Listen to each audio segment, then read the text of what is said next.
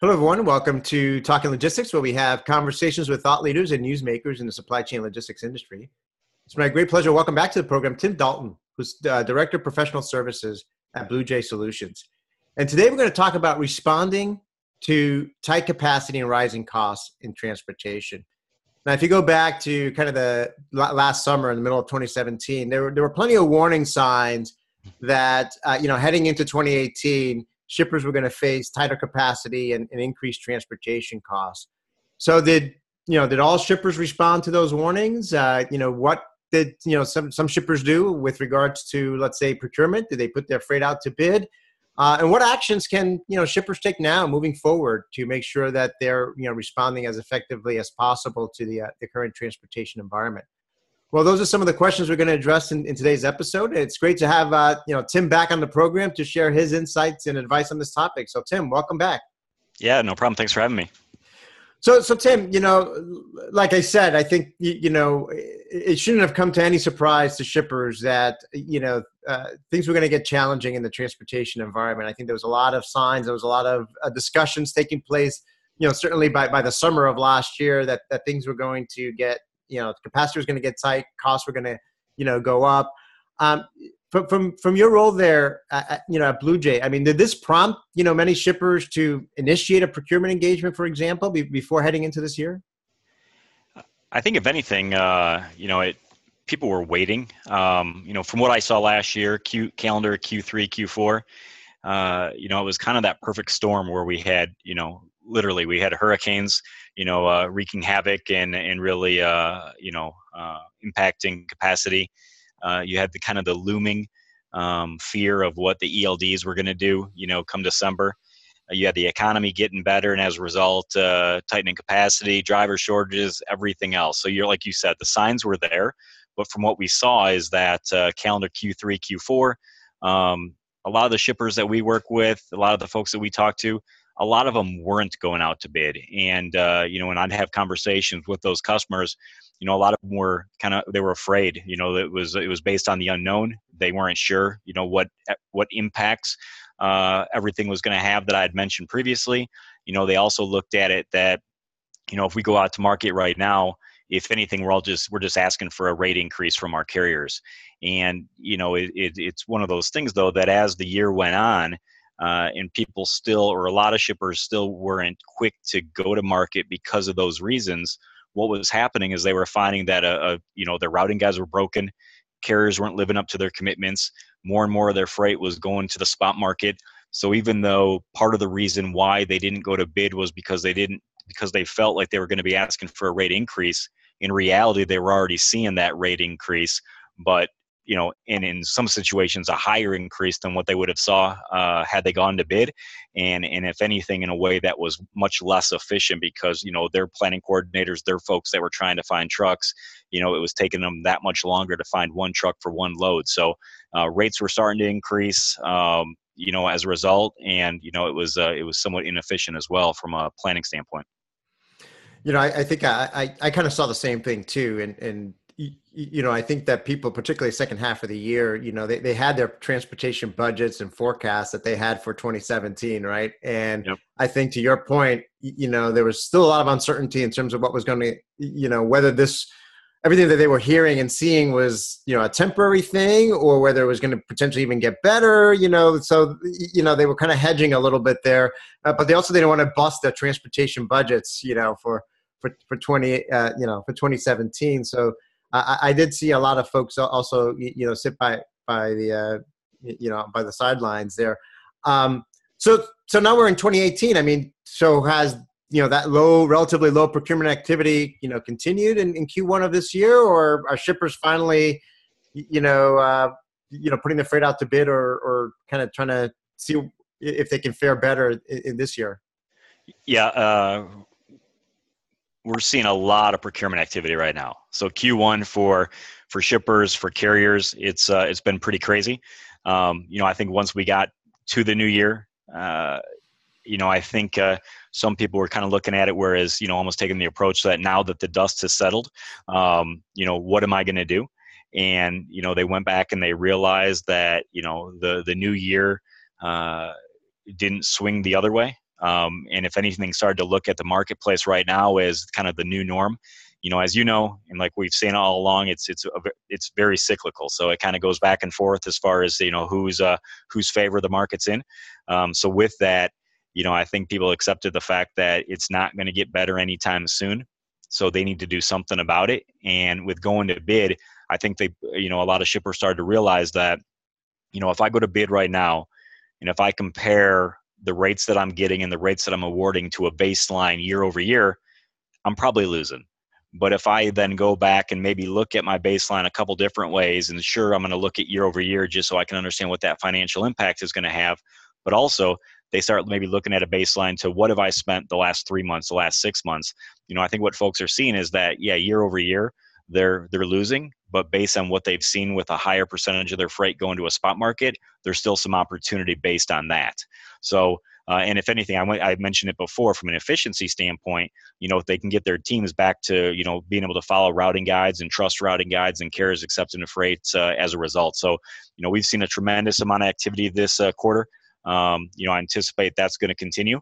And if anything, I think that, where there was a little bit of the wait and see, middle of last year, towards the end of last year, there's a lot of procurement activity right now. And I think people are just realizing that, a procurement event isn't only about cost savings. It's one of the driving factors, and, everybody hopes to see some opportunity to see some savings when they go out to market, but it's also about getting capacity. And, if you're going deeper and deeper into a routing guide, if you were still using them, or if you were going to the spot market, it's getting harder and harder to find that capacity. And as a result, a lot of people are hearing it from their end customers, because without that consistency of certain carriers on certain lanes, they've seen dips in service as well.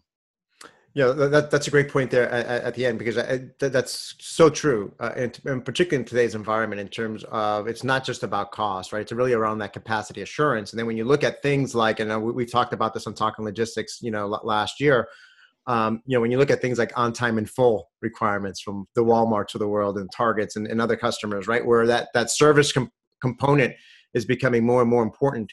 Not having the capacity you need when you need it, and have it be reliable. It goes beyond just the cost factor in terms of what you're paying for a rate. And I think the bottom line is that it's I think shippers can't be in denial anymore that we are in a new normal, if you will, or we are in an environment that they really have to respond intelligently, to it.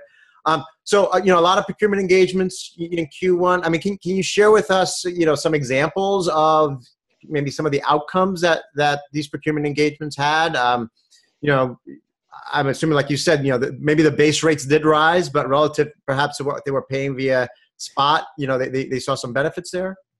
Yeah, I mean, from a couple examples, we had a few shippers. We had a lot of shippers early, towards middle of last year, then again late last year.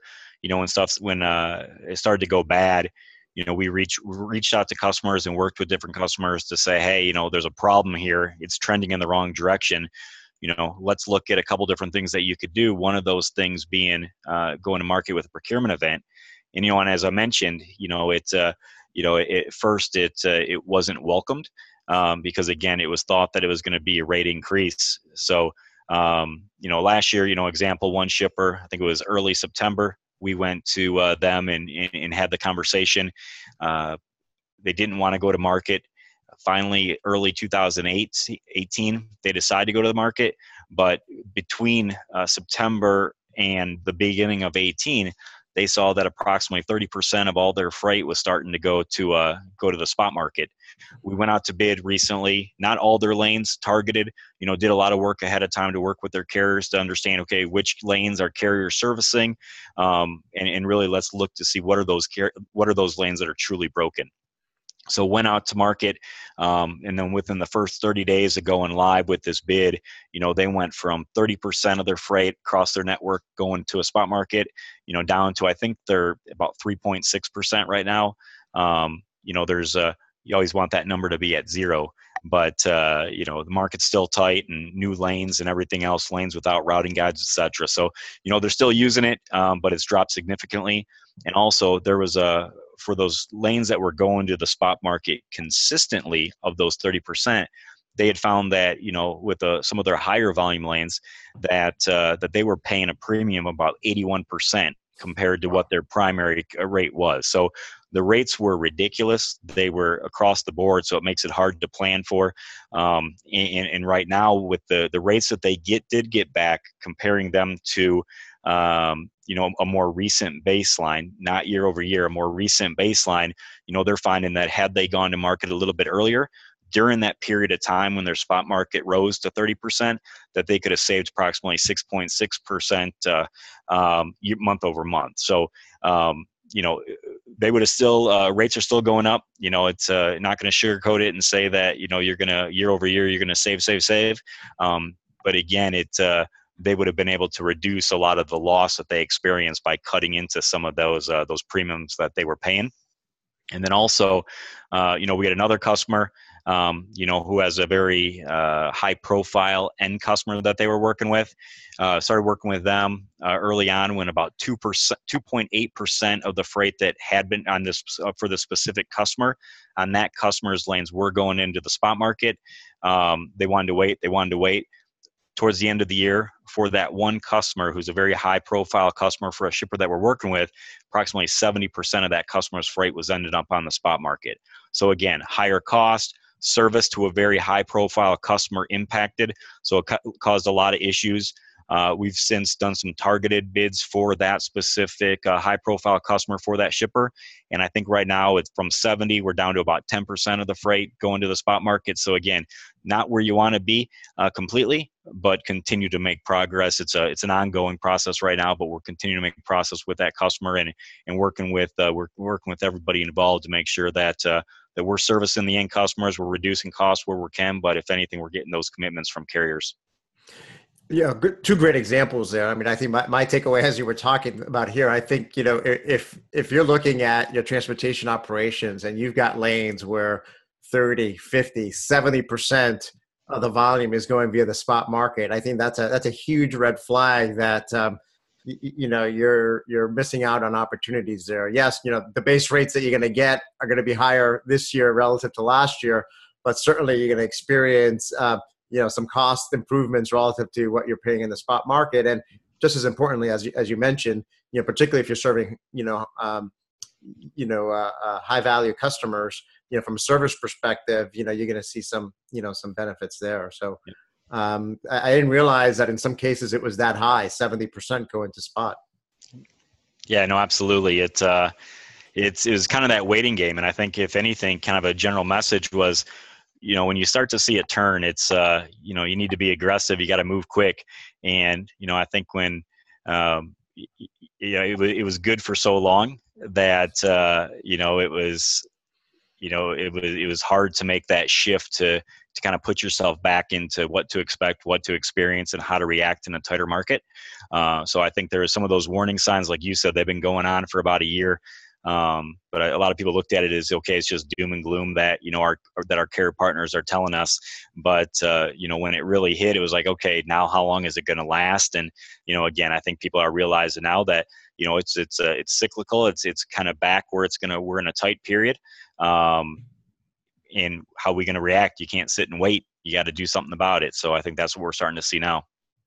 Right. So obviously, you know, we just talked about, you know, procurement and looking at procurement as a way to respond intelligently to what's happening with capacity and rates is one area. But beyond procurement, I mean, are there other areas where, you know, shippers that, you know, that they should focus on to reduce costs and improve, you know, service, or just be viewed as, you know, what we always talked about, being viewed as a preferred shipper in the eyes of carriers? Yeah, no, exactly. And I think, procurement's not the only answer. You know, we've seen recently where, you know, there's more dialogue between shippers and carriers to say, okay, carrier, you probably know our network better than we do.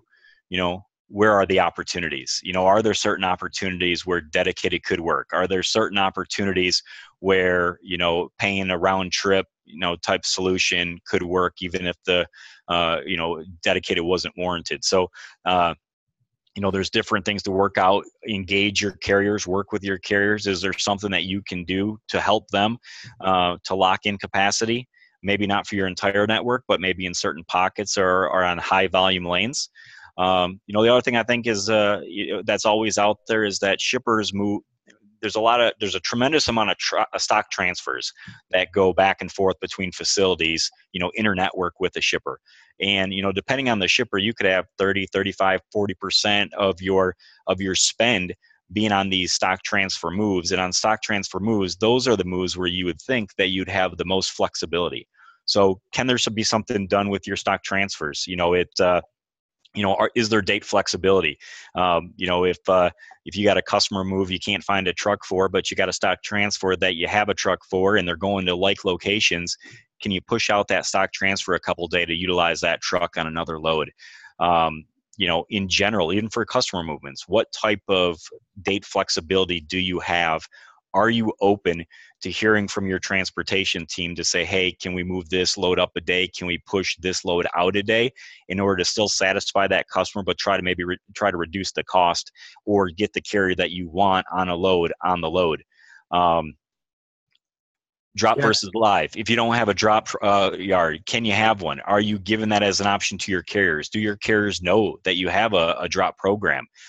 Dwell times, are you keeping your carriers? Now with the ELDs, we do for different customers, we do a lot of surveys for different shippers.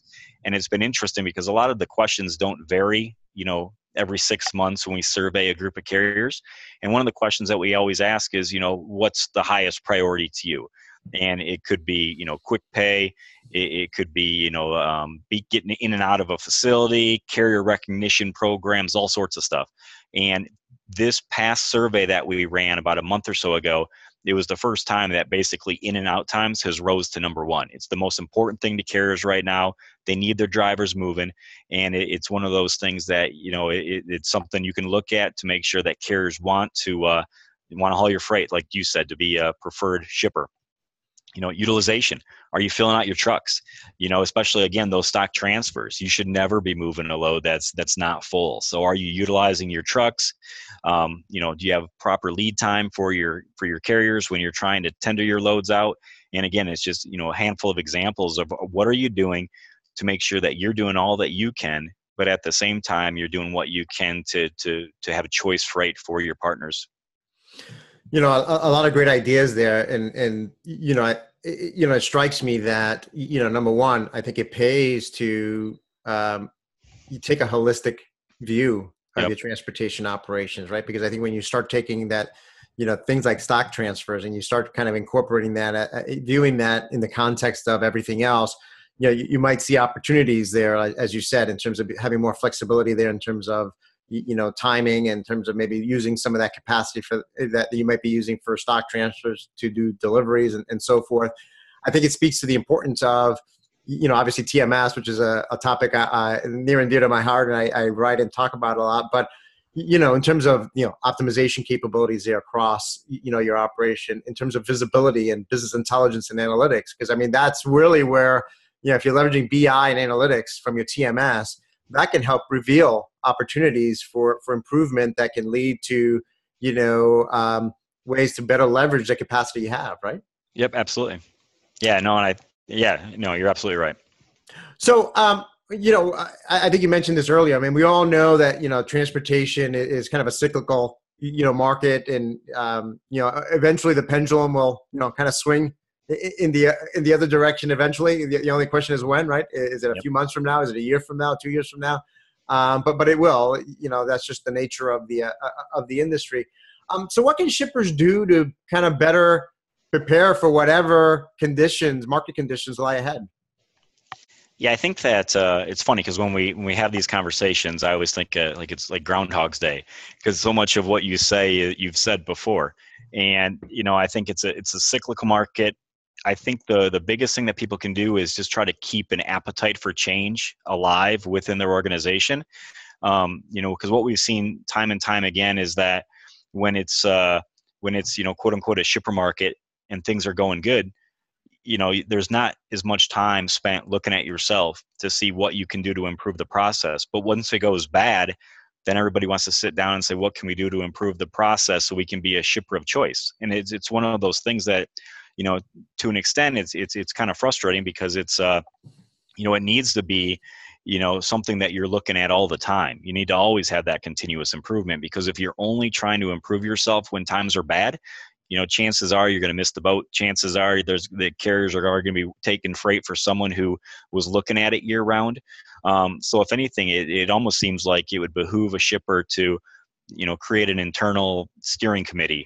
Let's say, have a group of people to always look to see what can they do from a trans standpoint, and include, demand planning, include CSRs, warehousing, transportation, include all the folks that are, those key stakeholders within the supply chain, and have these conversations. Look at those things on what you can do to improve your processes to make yourself more attractive, and be willing to make those changes even when times are good, versus waiting for times to be bad. So I mean, it's, being a shipper of choice isn't only something you should be talking about when you need a carrier to haul your freight. It should be something that you're talking about just to be a good partner year round, and regardless of where we're at from a market standpoint. I think also be willing to listen to feedback to improve your problem areas. I think some other things that folks can be doing too, depending on the market that it's in, is they need to just get used to, ensuring that they're educating their organization internally. It'll save a tremendous amount of problems for you if you're continuing to educate your organization. Because one of the things that we've seen is that, things are good, and then all of a sudden things are bad. And even though you had mentioned early on in our conversation about all the warning signs that have been out there, a lot of those warning signs weren't always making their way up to, the leadership within the organization. So then all of a sudden they get their quarterly results and they start to see the financials, and as your phone's ringing off the hook, because they're wanting to know, why you spent so much money or why you blew your budget in one quarter. And part of it's because you haven't been prepping them enough. Nobody's going to like to see bad financials. Nobody's going to like to see that the budget's been busted, but it's a little bit easier if along the way you're preparing them that this is a real problem coming up and this is an issue.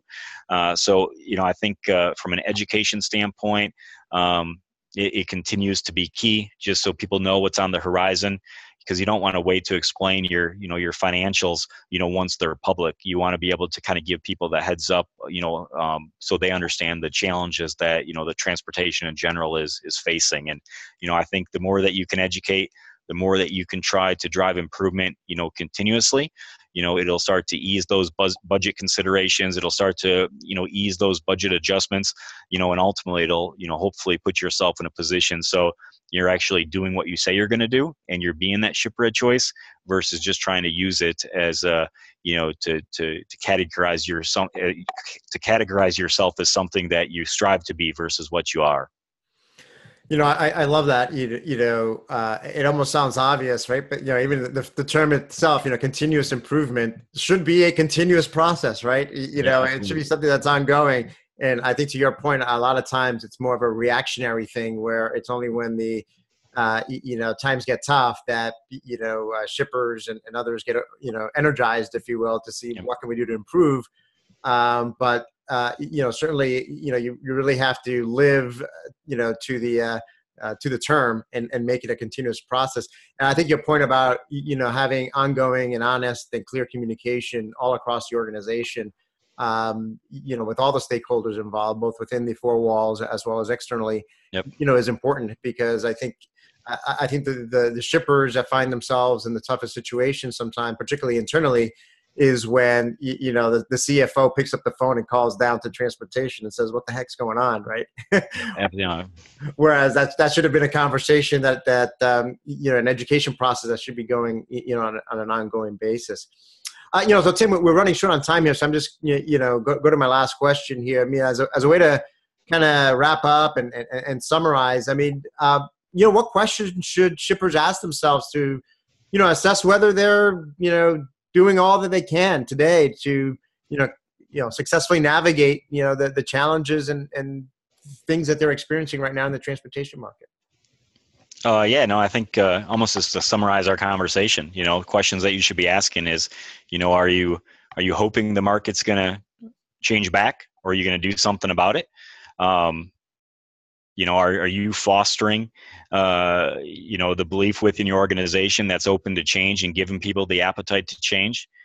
Are you looking at yourselves, year round? Are you doing that continuous improvement even when the times are good? If yes, great. If not, how are you going to start a program and then also continue it when it swings back the other way? And then also, are you doing all that you can to work with your partners to make yourself that preferred shipper? And also, are you educating your people internally? And it's those 3-4 questions. I think that if you can say yes to all, you're doing a pretty good job. But if there are if there's things that you're not doing, it's not too late.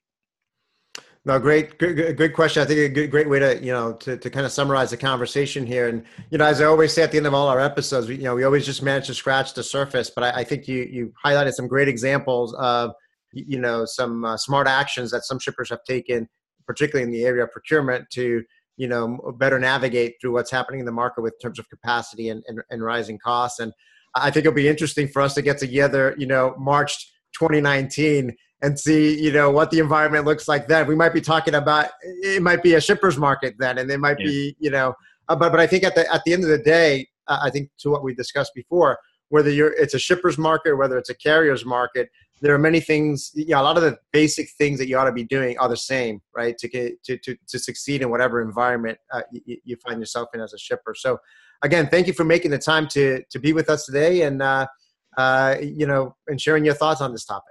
Yeah, no, I appreciate you having me, and thanks for the opportunity, and let's do it again sometime. Great. And thank you that joined us today. If you are watching this episode on demand, either at the Blue Jay website or on Talking Logistics, and you've got a question or comment for Tim, you can post it there, and I'm sure he'll be more than happy to respond via that medium. Again, thank you all, and look forward to seeing you in a future episode of Talking Logistics. Have a great day.